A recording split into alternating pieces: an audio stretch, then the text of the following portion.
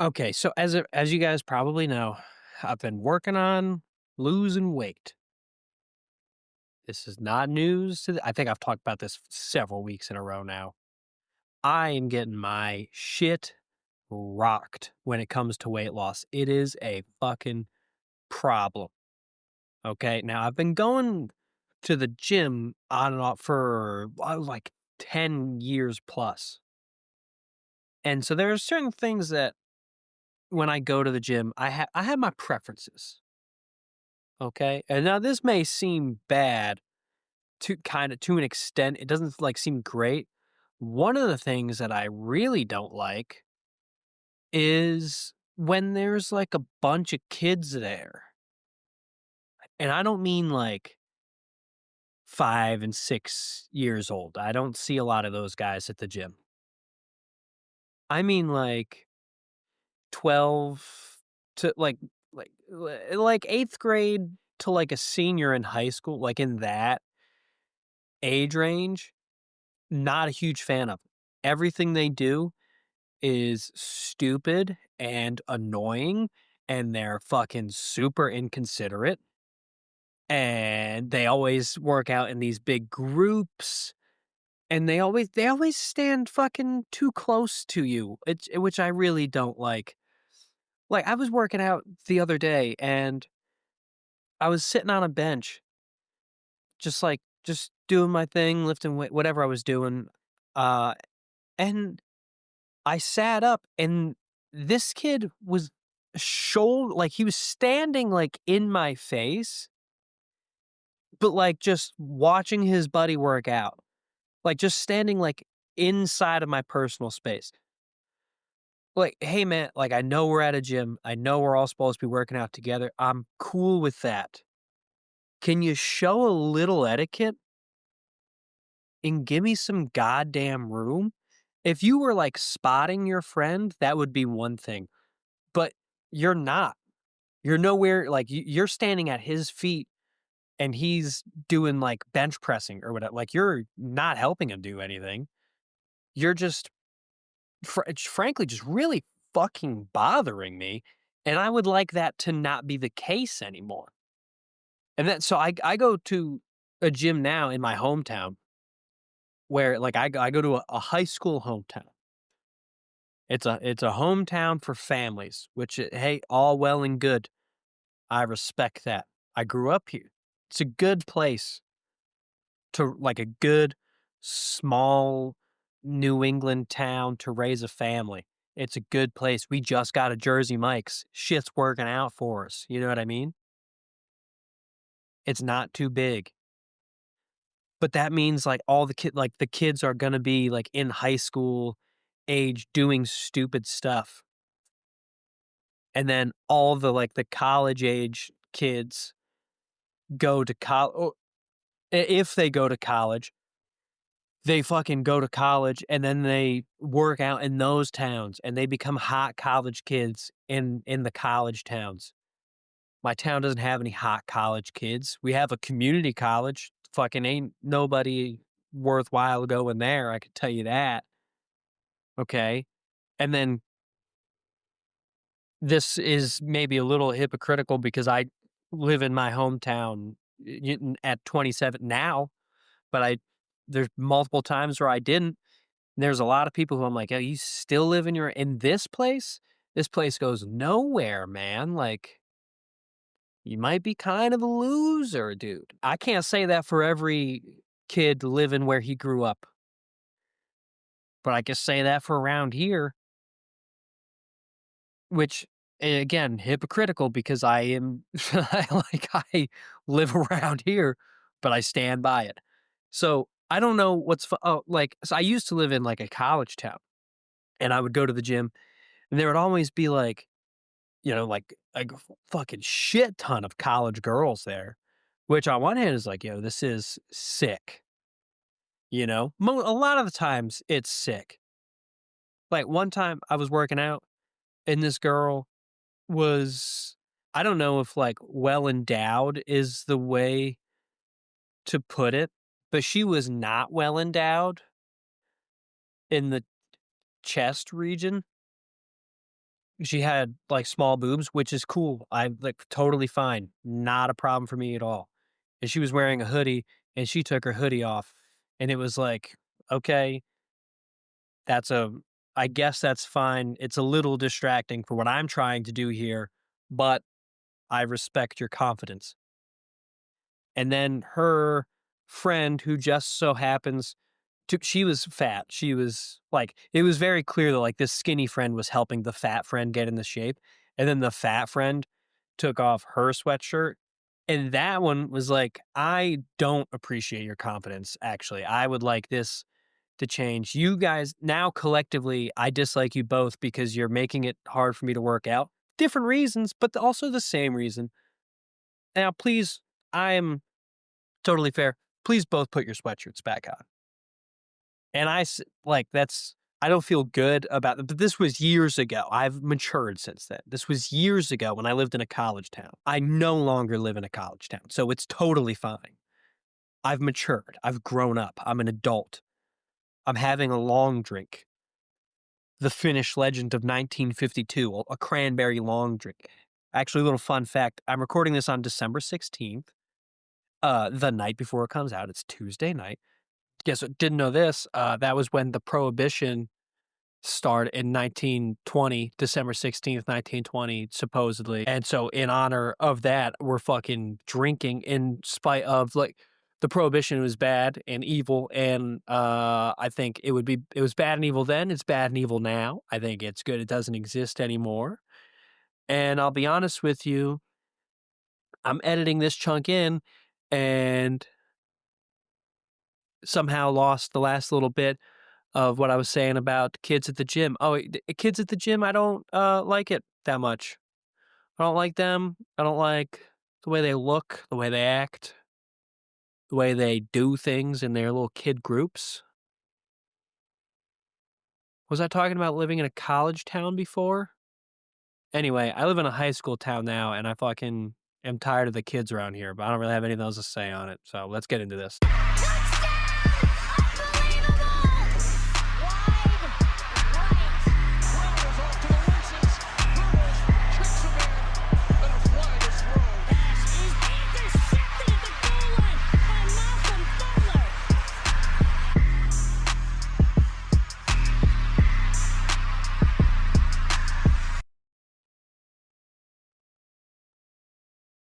All right. So I didn't prepare a funny little intro for this game, how I always do with the game that I watch at the 1 o'clock window of games. So we're doing this a little off the cuff. The Bills, God, they're so good. That is to say, Josh Allen, God, he's so good. He is a god. He's the MVP of the league. And he deserves to win it again.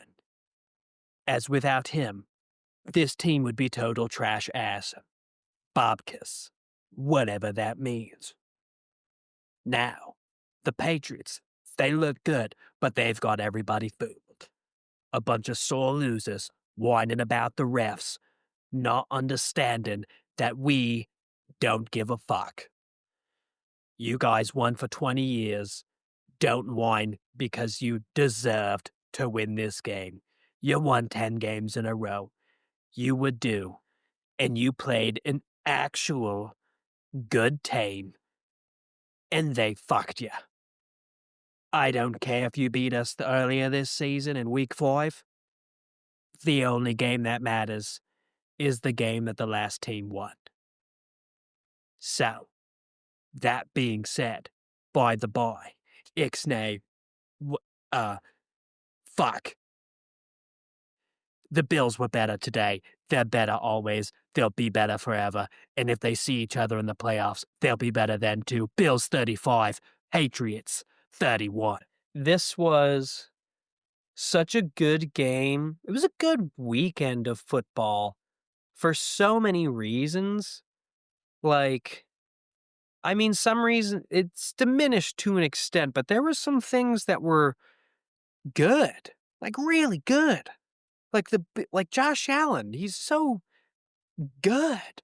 The amount of stir this has gotten Like, for one, it feels so awesome to have, like, a division rivalry that doesn't feel heavily one-sided. The AFC East hasn't had that in 25 years. So this is a very cool thing that we have going on in the AFC East that has not existed for there are people who are full-grown adults. They've never experienced a division rivalry with this level of heat to it. Now, I'm sure some people will think like the Patriots and the Dolphins were, but it's not like this. Because I don't think the Dolphins were ever at a, like, Super Bowl contender level when Tom Brady was on the Chiefs. And that goes for the Jets and the Bills too. They were never at that level. So, I do have to say, out of the gate, very, very fun to finally have, like, an in-division rivalry that really, really has some stakes to it. Now, the Patriots, you guys fucking suck, dude. You guys suck. You got up to a 21-0 lead and went into halftime with a 24-7 lead. And I gotta be honest with you, I never had a doubt in the Bills, not one moment. Literally not one moment of doubt. When you guys went up 3 touchdowns, it was like, "How did we let this happen?" But I never had the feeling of like, "Oh, we're gonna lose this game." Never once. Fuck the Patriots. You guys can say whatever you want, but this game showed that, for one, against teams with winning records, the Patriots are now 1-2. You have out of all the teams you've played this year, currently, teams that have a winning record, you guys have played 3 of those teams, and you are currently 1-2 against those teams. Fuck you. That's a fraud stat. I'm glad you guys are beating up on the likes of the Browns and the Titans. Fucking good for you, dude. I'm happy for you. But you know what? This is what happens when you have the reigning MVP, Josh Allen, a legit multiple time MVP contender, Josh Allen, a honestly has a guy who has a strong case to win the MVP for the second year in a row in Josh Allen, going toe to toe with a guy who never should have been in the fucking conversation for MVP. It's a different stratosphere of play. It's not even close. I don't care what the division standings are come the end of the season. It is not even close. The keys have not been handed over. The torch, whatever, whoever the fuck, whatever has to get handed back and forth has not been handed from the Bills to the Patriots. It's firmly with the Bills right now. I don't care if they win the division or not. I do not care. Let's see some playoff wins from Drake May. How about that?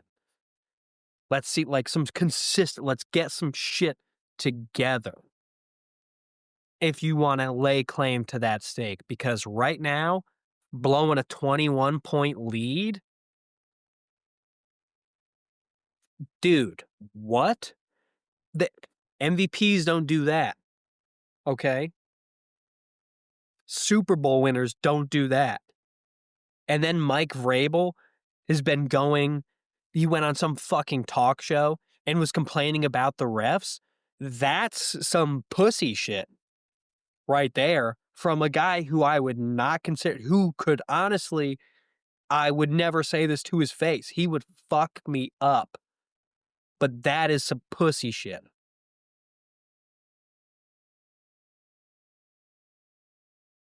So, fuck you guys. Are you kidding? Dude, all the refs gave him a catch that wasn't a catch. They gave you a catch that wasn't a catch. You know what? The referees provide a human element to the game. Are you perfect? No. Do you always see everything at the perfect angle it should be seen? No. Was there some shitty calls in this game? 100%. But the refs aren't ever gonna impact the game in a way that gives up a 21-point lead. Don't be losers about it. You're being sore fucking losers.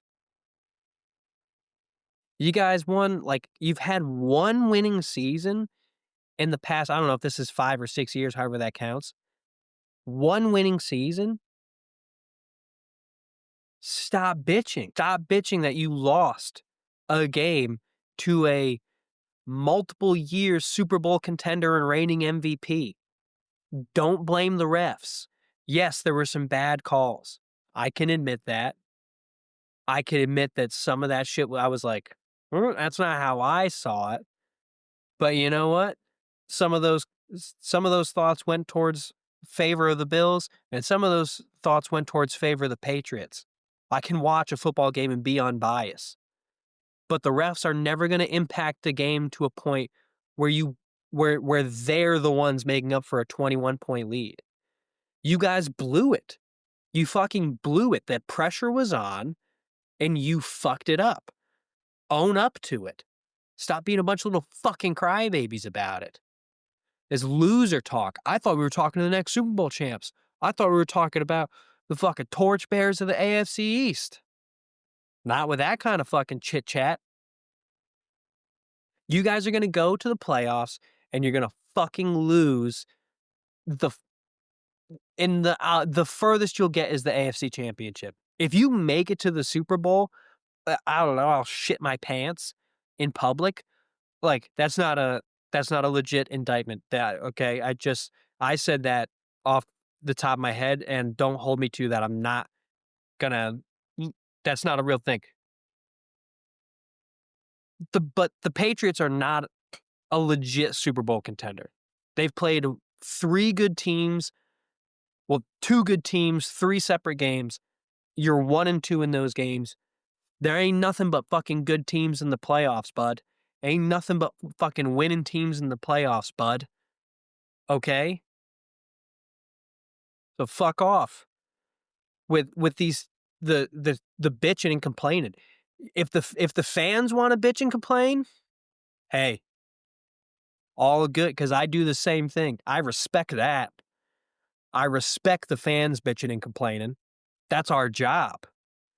That's what we're supposed to do. Ride or die for your team. Call the shit out. Watch the replays that the referees don't get to always see, that the coaches don't always get to always see in the moment, and fucking be like, hey, this is fucked. The referees really screwed that up. Hell yeah, because I'll do the same thing. But now you guys have lost all credibility because your coach went on fucking, I don't know if that was like a national TV show or a fucking, just a post game, whatever the fuck. I don't know what that was, a media day, whatever. But he was like, oh, the refs really screwed us. Fuck you and that soft ass shit. Now it's the coaching staff, the team, the fans. Now you are all look soft because you're a fucking emotional leader. The guy who's supposed to be calling the shots, Coach Vrabel, Mike Vrabel, a fucking big dog man, just said some weak ass shit. And it has ruined the opportunity for you guys to say the same shit, okay? Fuck off with that. If it was just the fans, then I'd be like, yeah. Hell yeah, keep talking that shit. I'm going to disagree with you, but that's my right as a fellow fan of a different team, but a fellow football fan. We're passionate. We're supposed to care and talk nonsense about the things that seemingly don't really matter all that much, or the things that they fucked up in the game. That our job is to talk about that and bitch at that and get into fights about that. You want to see that from the fucking head coach? Fuck you guys. Now you guys are fucked. Now you guys are going to get destroyed. You want to talk about, the fucking week 5 Patriots, we broke the Bills. Fuck that, dude. Fuck that. We've had our issues. I'll admit that. We are far from a perfect football team. I will admit that. but you guys are fucking your head coach is broken. Yeah, I would not be shocked. You guys are gonna lose to the Rams this week. You guys might even go out. You might fuck around, lose to the Jets or the Dolphins. You might go 1-2 in the last 3 games of the season. That could be your future. That could be your future. Maybe you guys are the ones that are fucking broken. Maybe you don't win the AFC East. You ever think about that? That's because I'll tell you this, the Bills fended that off for 1 more week. They're still in the fucking hunt. So maybe you don't think you got it all fucking squared away and figured out, all right, bud? Because you guys could be fucking screwed out there. Fucking Foxborough. Fuck you guys.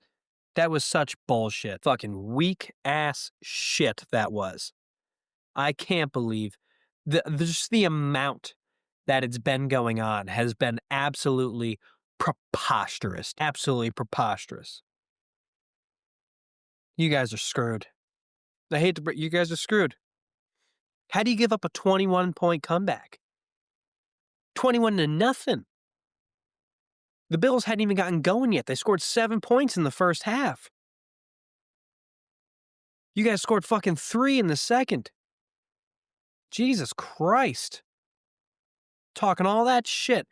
You guys got up to a 21-point lead and everyone was talking shit. Like, oh, Bills can't do anything. Well, how about you watch a real MVP go to work? How about that? How about you watch a guy who really knows what he's doing? Fucking Big Daddy Allen. I've been calling him Daddy Allen for months now, and now he's a father. You should have known the Bills were going to win that game. Should have known the Bills were going to win that game. You guys are bitch-ass shit. I could ramble on about this for a long time, so I'm going to let it go because we've just done 15 minutes on how the Patriots are fucking bitch-ass pussies. But we've got other shit we got to talk about. Ravens 24, Bengals 0. I wasn't expecting 0 from Joe Burrow today. I wasn't expecting him to win. I wasn't expecting him to put up a lot of points. But I just thought, it's the Bengals with Joe Burrow. They're going to score once. There's no way they don't score once. And that's just not what happened. And it is sad. Especially after that press conference that Joe Burrow did where, you know, I thought it was going to be, I thought he was going to retire right then and there, just like Andrew Luck, ton of injuries, always in physical rehab, whatever that's, you know what I'm talking about. 29 years old, exactly like Andrew Luck. I thought that's exactly what we were looking at. I am very happy that he did not retire. I hope he continues to not retire. I think him being in the league is very fun. He's a great quarterback, a great football player. I have some qualms with him, but I cannot help but like him despite those qualms.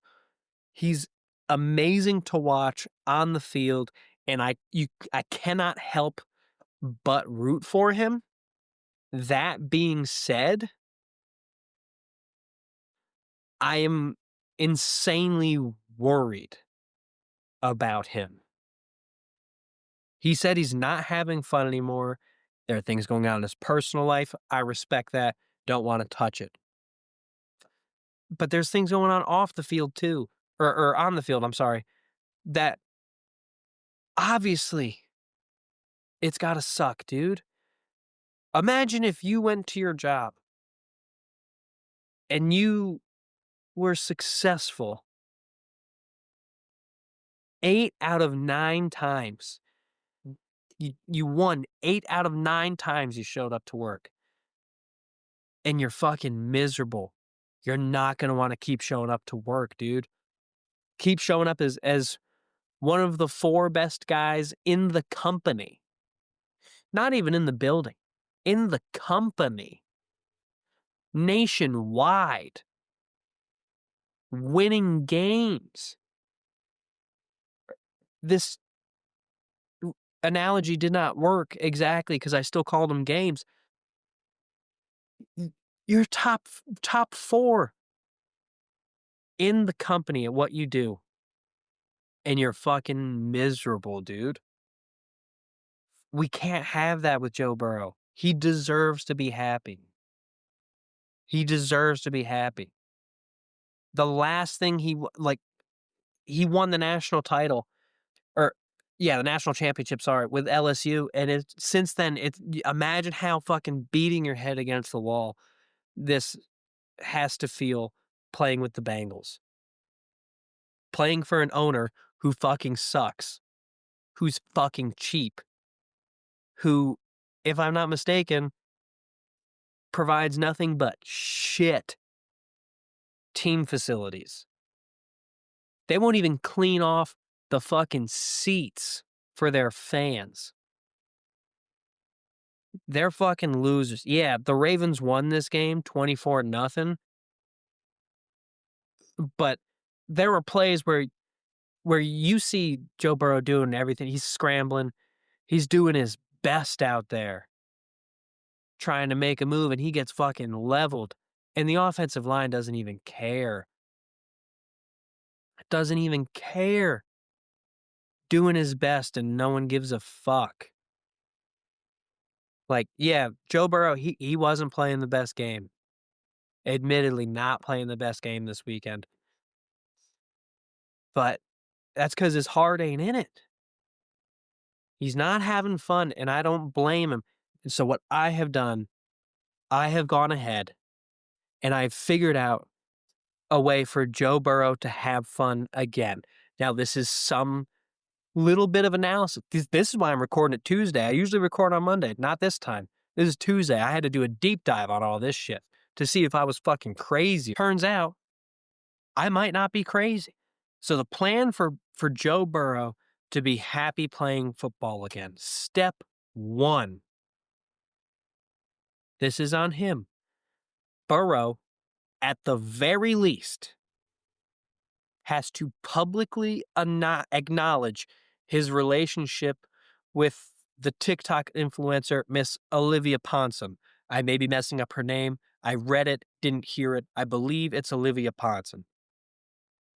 Now, for those who don't know, these two have been seen in various situations that suggest that they are dating. And I think that's sitting right around about a year now that this has been going on.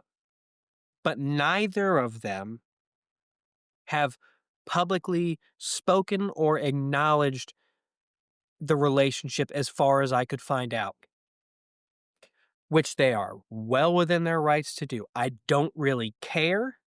I think that their relationship should be private the way it is, and within, context of where they go, what they do, where they live, all that kind of shit. I don't want to know about them going out to dinner. That is their business. It's not anyone else's business but theirs. But at the very least, motherfucker, know for sure, okay? Accept that you're in the relationship.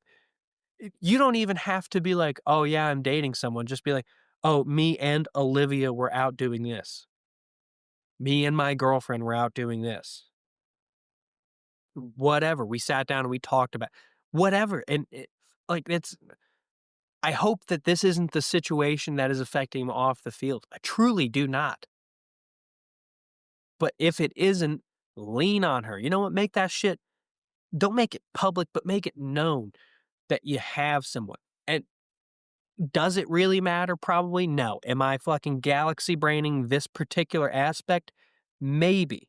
But just accept that you are in the relationship and watch yourself ascend to a consistent playoff / Super Bowl contender. Why? Why do I think this matters? I took a look. All the most recent Super Bowl winners, the top quarterbacks in the league, the division leaders at quarterback, just the best teams in the league and their quarterbacks. And you got to look at some things. So, Eagles won the Super Bowl last year. Jalen Hurts, he's married. Patrick Mahomes won the Super Bowl. Patrick Mahomes is married. Now we go back before the Chiefs Eagles bullshit. We look at Matthew Stafford. He's married. Okay. Now let's look at some guys who are in the conversation on a regular basis, at least the past 2 years. Josh Allen, married. Jared Goff, married. Jordan Love, married. Bo Nix, married. Trevor Lawrence, married. Baker Mayfield, married. Drake May, married. Okay? Sam Darnold, he's engaged.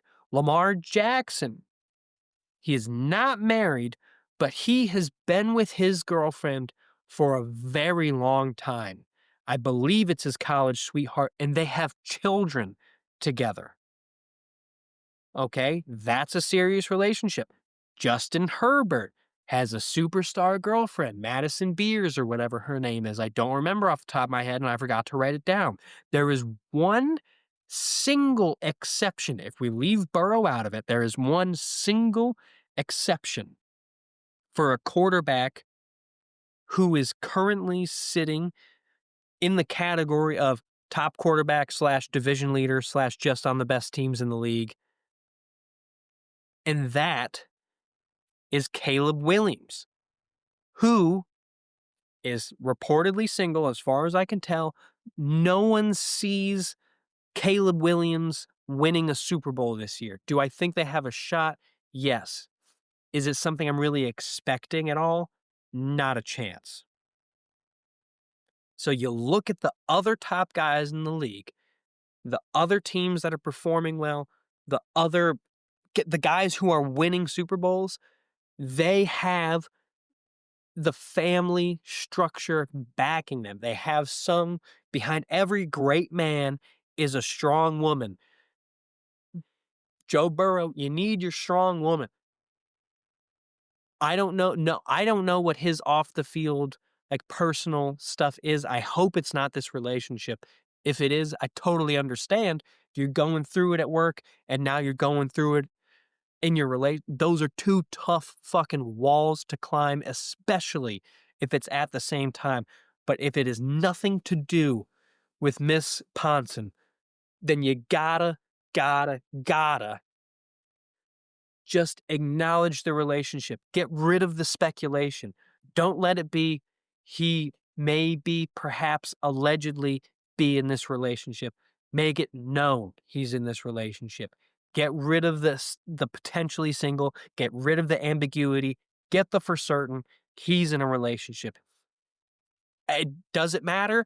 I doubt it. But when you look at the guys who Joe Burrow should be in the same conversation as and is in the same conversation as on a consistent basis, and their team should be up there performing with these other teams, he's the one who stands out as single compared to everyone else. Now, that was step one. Step two, for Joe Burrow to be happy with playing football again. You need to get traded. Joe Burrow needs to request a trade at the moment that the regular season is over. You need to request a trade. And don't go to, he's got a no trade clause, so he can pick where he goes. The Bengals have no power in this situation. Joe Burrow has all the power. And at this point, you've been loyal to them. You've done everything you can for them. They need to suck it up and admit that they failed you. Now, you're not just going to go anywhere. Okay, you got to get traded to a good organization. Do they have to be a winning team right now? No. Not right now, but they have to be a good organization. We have to have a competent owner. Maybe you've got the head coach right, which would be nice. Maybe the roster's filled out really well already. And you're just missing the quarterback piece. You need a strong sense of leadership. Maybe that's the kind of teams that we're looking at. The first team that came to mind when I thought about this was the Rams. Now, is this a bit of a crazy trade? You would think so. Everyone's going to sit there and go, well, the Rams have Matthew Stafford. Why on earth would they trade for Joe Burrow? You're going to have Stafford and Burrow on the roster at the same time? Who do you play? Do you get rid of Stafford? Like, what happens on that front? And it totally makes sense. And you also may be wondering, how do the Rams even be able to get him? Well, Matthew Stafford was on the fence of retiring this past offseason. People thought he wasn't going to come back. So, it's not that crazy for the thought to be in Stafford's head. Also, Matt is a smart fucking guy. You're telling me he may not be thinking like, maybe if I win the MVP or maybe if I win the Super Bowl, maybe I go out on top. You know? Maybe I go out and a Peyton Manning move. Like, yeah, I won something and that was it. Peyton Manning won a Super Bowl. Didn't play a great game, but he won a Super Bowl and retired. Why can't Stafford do the same thing? Win a second Super Bowl, win a finally deserved MVP, and then go, you know what? I've done all I need to do. I'm out of here. I almost retired last season. My body's starting to hurt. Coach Sean McVay, brother in arms, I'm done. And for a lot of organizations, that would send ripples like, okay, well, now we have to find a replacement. I'm sure they're trying to find a replacement now already because you got to plan for that. Joe Burrow would be the guy. How do you get Joe Burrow? Well, I don't know anything about cap space. I don't know how all that shit works out. I don't know what Stafford coming off would clear up. I don't know what Joe Burrow needs to get onto a team. I have no idea. What I do know is that Sean McVay is a really fucking good head coach.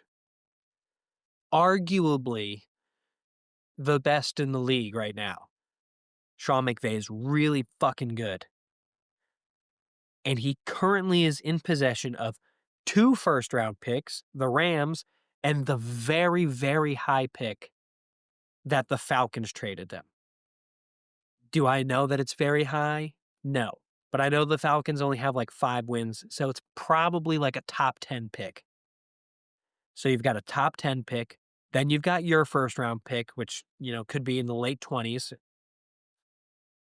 at best. You have multiple picks in the second, third, fifth, sixth, and seventh rounds. They have the capital to give up to bring in Joey Burr, Joe Bursky. They could go out and and that is plug and play. That is plug and play. Stafford goes, hey, coach, I'm done. I've done all I came to do. I'm going out on top like a fucking real one. And then the Rams turn around and they go, well, let's just get Joe Burrow.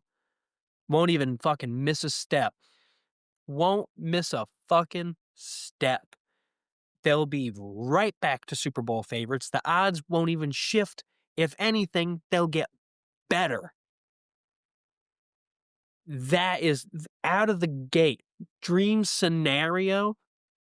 I don't even know if that's dream scenario. I think this is entirely plausible that this could happen. That the Rams could trade for Joe Burrow. I don't think that's that outlandish by any means. The Rams could trade for Joe Burrow. That's number one on potential teams to go to. The Rams. The second team is the 49ers. The rest of these teams, they're not as long-winded as the Rams, I will admit. But the second team is the 49ers.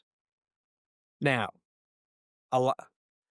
there are a handful of guys who you don't trade in the league at quarterback.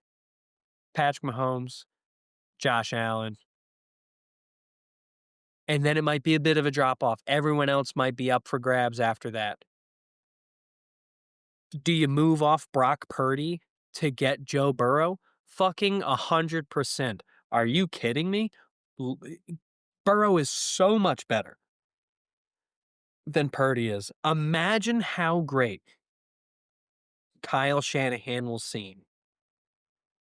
Imagine how good Joe Burrow would look with Kyle Shanahan calling plays.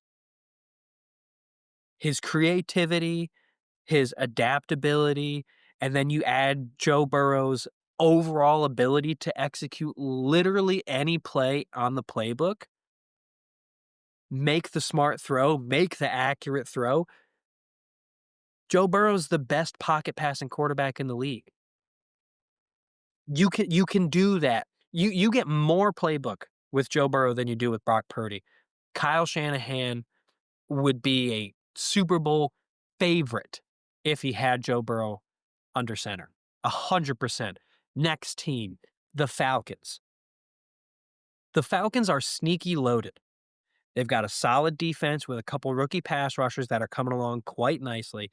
Their defense is really starting to hold things together. Bijan Robinson is the best running back in the league, potentially, almost inarguably. And then you throw in like a couple of like really solid wide receivers out there. What do the Falcons have to do? Find a way to get Kyle Pitts to stay, who's been a disappointment the past 5 years overall. You know what would unlock that? Is some fucking really, really, really good quarterback play from Joe Burrow. And I know you guys are like, well, they've got the rookie Michael Penix. Yeah, fucking trade him, okay?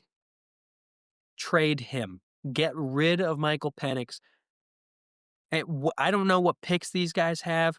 Couple picks and Penix, throw them to the Bengals, and then you're good. All square, bud.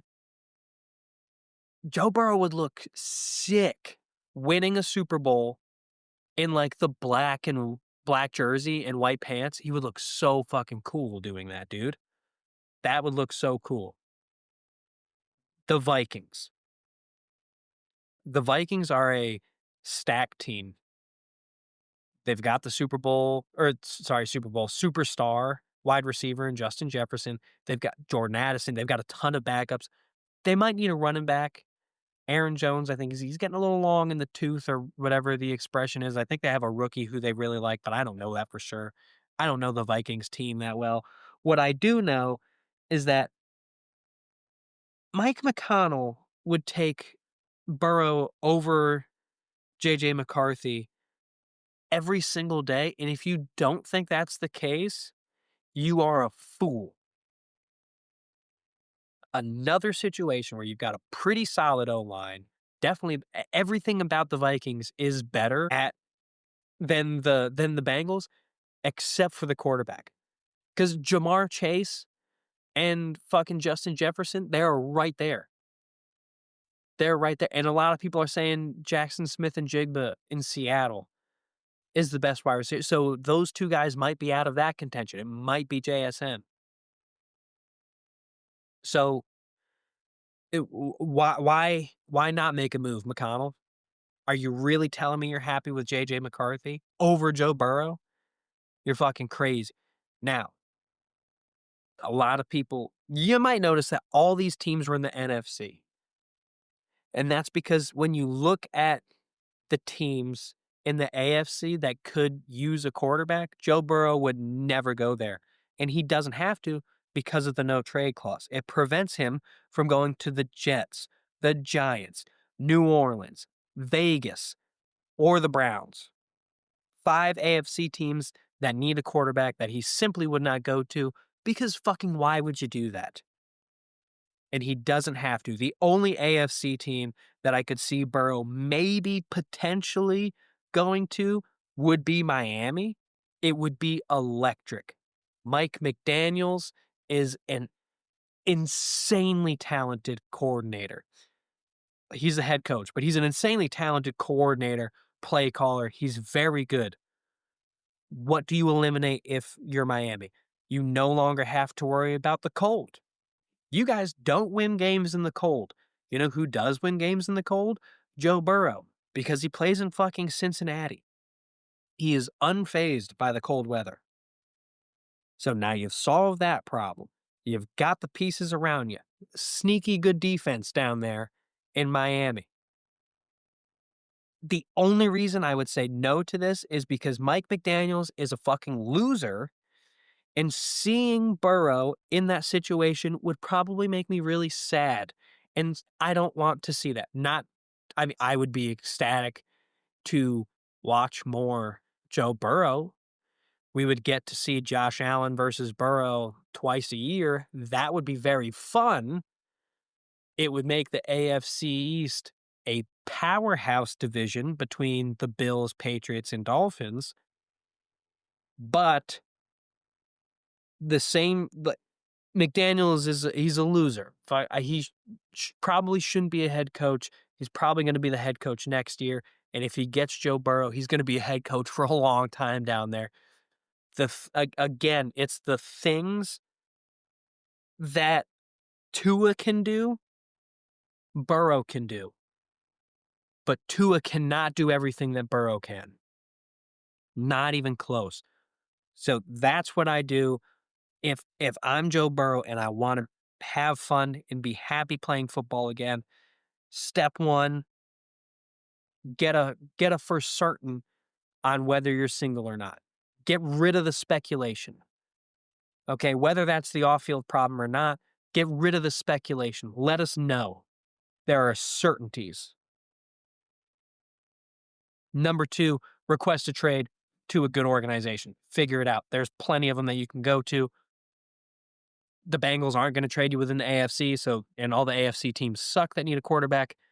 Rams, Niners, Falcons, Vikings, all great options that would be tons of fun, make you an instant Super Bowl contender for years to come with better O-lines. You don't have to worry about getting hurt anymore.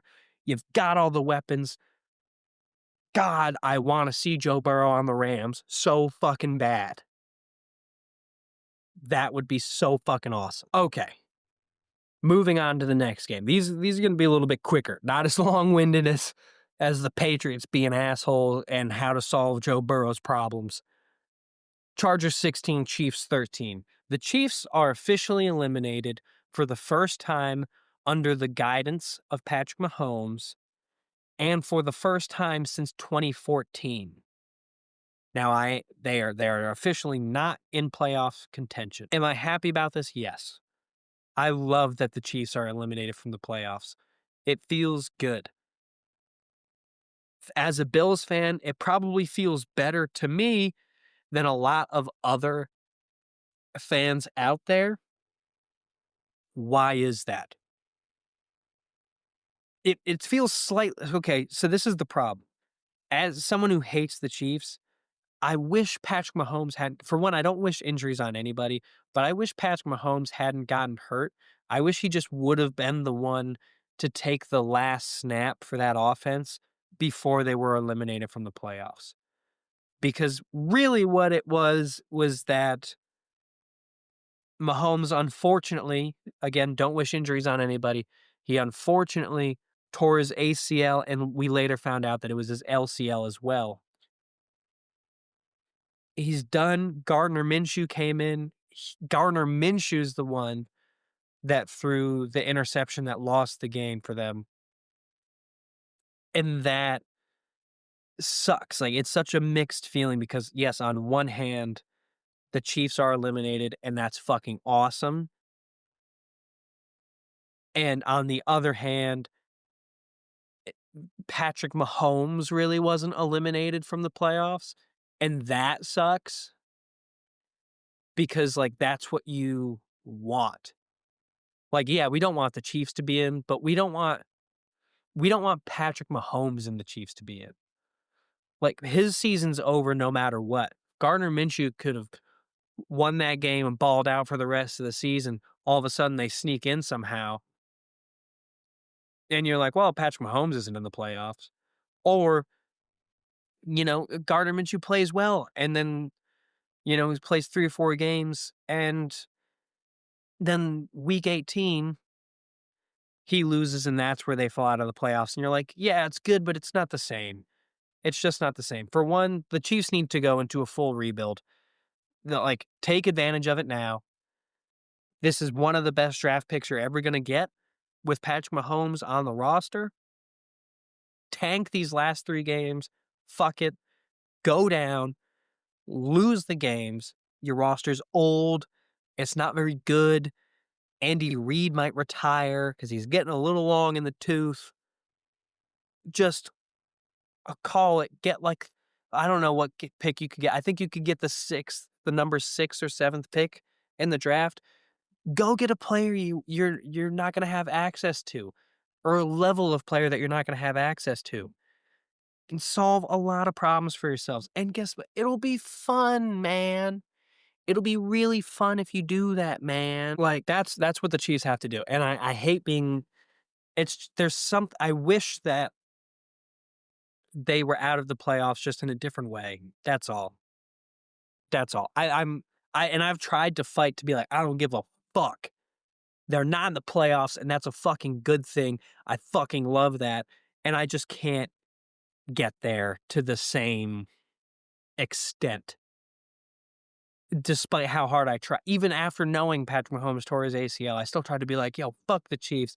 And it just wasn't, it's not the same. It's not what everyone, it's like a hollow victory. It's a hollow elimination. It's what we wanted, but it's not the way we wanted it. And kind of the way we wanted it mattered, you know? But maybe I'm just crazy. I don't know.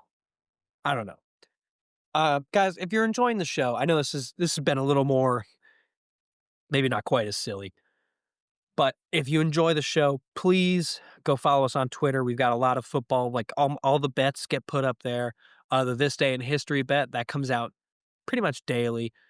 The Wild at One parlay, all those get put out on pat on the back on X, the Everything app. I don't know if that's really what it's called. I heard someone say that on a podcast, and I can't not say it. X, the Everything app. Um, if you guys are enjoying the show, please like the video, audio, wherever you're listening, like it. If you're enjoying the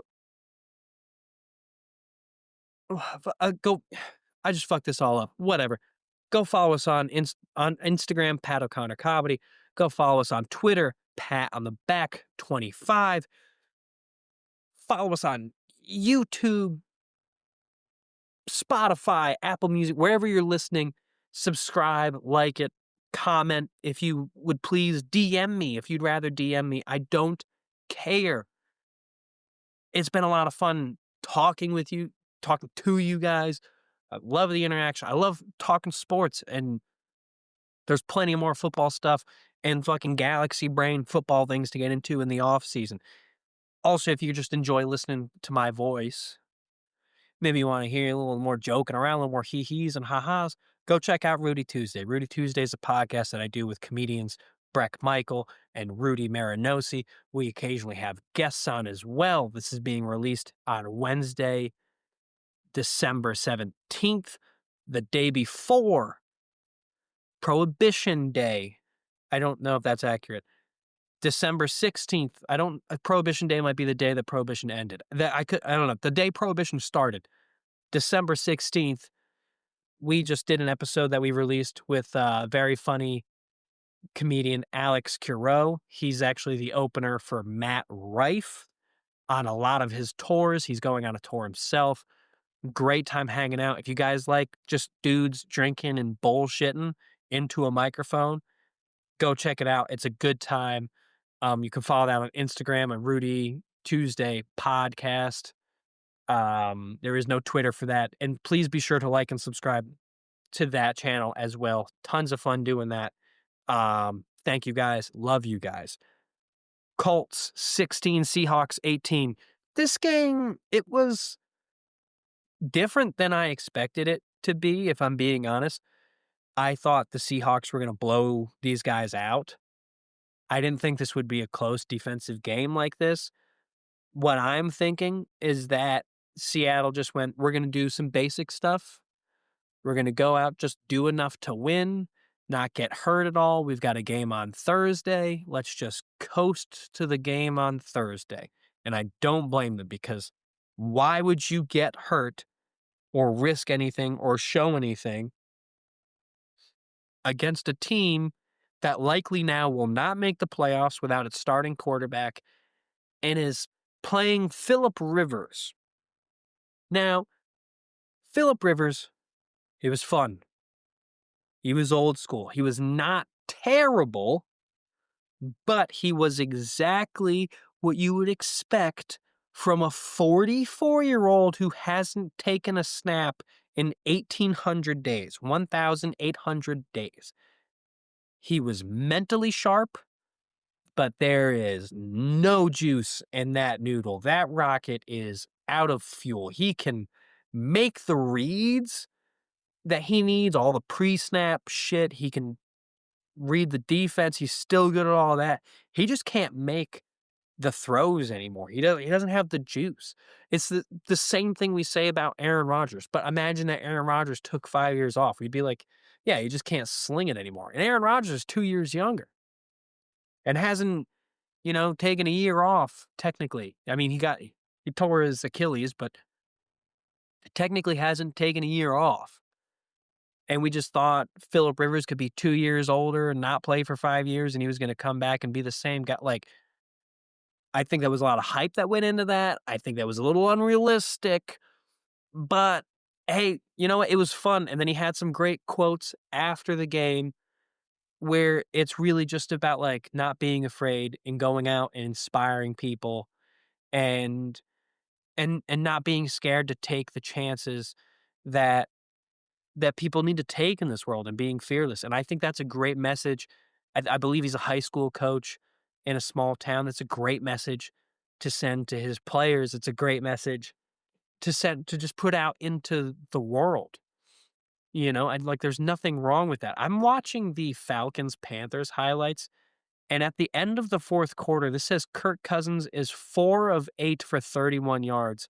That cannot, oh, sorry, 6 of 11 for 48 yards with 26 seconds to go in the fourth quarter. That can't be accurate. I didn't watch this game, but that's wild to see this popping up on the screen. Anyway, yeah, Philip Rivers, he was fun and he was inspirational and it was cool. And we got to see him fucking, with this big gut hanging out and just being an old man out there and doing his best and like, but if you thought this was going to go differently than that, you might be a little crazy. You might be a little high in your own supply because there was just no way. I think there was just no way that like the Colts were never going to win this game. The Seahawks allowed it to be close. The Colts didn't keep it close. The Seahawks allowed it to be close. And Rivers was what we expected. And it was fun and inspirational, very throwback and nostalgic. And I think that's great. But let's not put him at too much of a risk. I don't want to see him get hurt. That would be a damn shame if he came back for 4 games and he got hurt. Be a real damn shame. It'd be crazy if he won comeback player of the year. If he saved him and snuck him into the playoffs and he won comeback player of the year, that would be very funny. I haven't seen anyone else say that. And that's not me being like, yo, I'm first to it. It's just because it's not going to happen, but it would be funny. Panthers 17, Saints 20. Panthers 17, Saints 20. Am I watching old highlights? Did they show me the wrong week? Has YouTube forsaken me? I think they have. I think they have. Skip survey. Panthers 17, Saints 20. You know what? That's fine because I don't really have any notes about the Panthers, even though I do believe that was the game. I think I was watching old highlights there. That doesn't make any sense. I was wrong about Tyler Shuck. They called his name. He was the 3rd quarterback taken in the draft this past year. Hey, hand up. I was wrong. NFL execs and front offices, they know fucking more than I do, because I had never heard of this fucking kid before. And then he got drafted. No one knew how to say his name. And then lo and behold, I believe he's got the most wins out of every quarterback in this rookie class. Like, he's got more than Cam Ward, more than Shador, I think more than Jackson Dart. Yeah, I think Tyler Shuck has got the most, like, hey, credit to them. They knew what they were doing, and we didn't. I was like, yo, this guy's I've never even heard of this guy. There's no way he's gonna be good. And then, well, he might be fucking good. Doesn't look bad. He's not only won more games than any other rookie quarterback this year, but he's now beaten the Panthers and the Buccaneers in back-to-back weeks, which is a big deal. For one, the Panthers were one of those above 500 teams or playoff team, whatever, that the Patriots had beaten, which shifted that record, you know, them at like it took away a win for the Patriots in that front, which is good. I like that. But second, it's like, okay, so now Tyler Shuck on the Saints has beaten two teams, but like the two conference or not conference, sorry, two division leaders is who Tyler Shuck has beaten. The two teams that are leading his division, the Panthers and the Buccaneers, he went out and he beat both of those in back-to-back weeks. Hard to do, insane that he did it. He might be legit. I don't know. I don't really have much to say on that because I didn't watch him because I didn't see any of this coming. Tyler Shuck might be legit. Front offices know more than we do, or at the very least more than I do. I had no idea who this fucking guy was. I was completely wrong.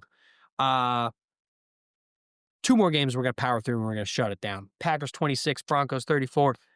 The Broncos are good. I might have to change my mind on how big of a threat they are to win the Super Bowl. I thought they weren't a threat. Now they've grown to a little bit more of a threat. But mostly the real story is Micah Parsons tore his ACL. The Packers have lost too many players. They lost Tucker Kraft. They've lost fucking, what's his name, Wilkins? I don't know, their receiver who makes a big fucking impact. And now Micah Parsons. I don't even know if they're a top 10 team in the league anymore. They've collapsed. And not that it's their fault. They've collapsed through injury. And they're officially they're not going to win a Super Bowl. It's done deal. I didn't think they were before, but at least they had the credibility of having like the roster that could do it. Now they're just way too hurt. It's not going to happen. Don't want to be that guy. Hate to be that guy, but here I am. I am that guy. Dolphins 15, Steelers 28.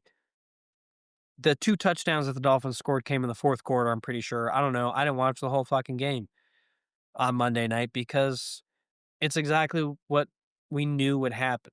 And that is that the Dolphins cannot win in cold weather. I believe anything under 40 degrees, and I'm pretty sure it was in the 20s in Pittsburgh on Monday night. So Dolphins can't win in cold weather, which actually brings it full circle to what I was saying earlier when I said, you know who can win in cold weather? Joe Burrow. So if anything, this game tells you exactly the reason why Miami might try and trade for Joe Burrow if he became available. But they'll still be coached by McDaniels, which is why Joe Burrow shouldn't go there, which is also part of the reason they lost this game. He's not tough. The Dolphins are not a tough organization. They've got a flimsy, weak-ass culture that doesn't hold up when it travels on the road and has to face some adversity. You know what, Mike McDaniels, you're a skinny guy. You're healthy. That's good. I'm happy for you. But what that also means is that you got to bundle up and look like a child about to go sledding for the first time because his parents have never let him be outside in the cold by himself before. And that is a problem for the team because you're supposed to be the leader. You're supposed to set an emotional toughness tone, and that look just doesn't do it.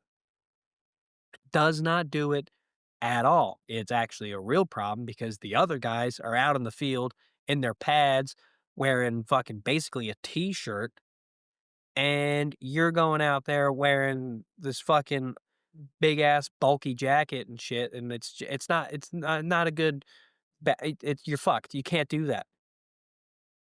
You can't do it. I'm sorry. I hate to be that guy, but you can't do it. You gotta fix that. That's really all I have to say about it. That's really all I have to say about this week. Fuck the Patriots. Go Bills. I hope Joe Burrow finds a way to be happy again because it's good for the NFL. It's good for white boys. And that was a weird thing to close out on, but I don't care. Thank you guys for listening to the show. If you enjoyed the show, please like, subscribe, tell a friend, tell a buddy, tell an Instagram story, tell a stranger on the street. If you see someone wearing a football logo, tell them too. I don't give a fuck. Let's spread the word on this thing, please. But if you guys enjoy the show, I enjoy talking to you. I hope you are enjoying the show. Thank you guys for your support so very much. Thank you guys. Love you guys.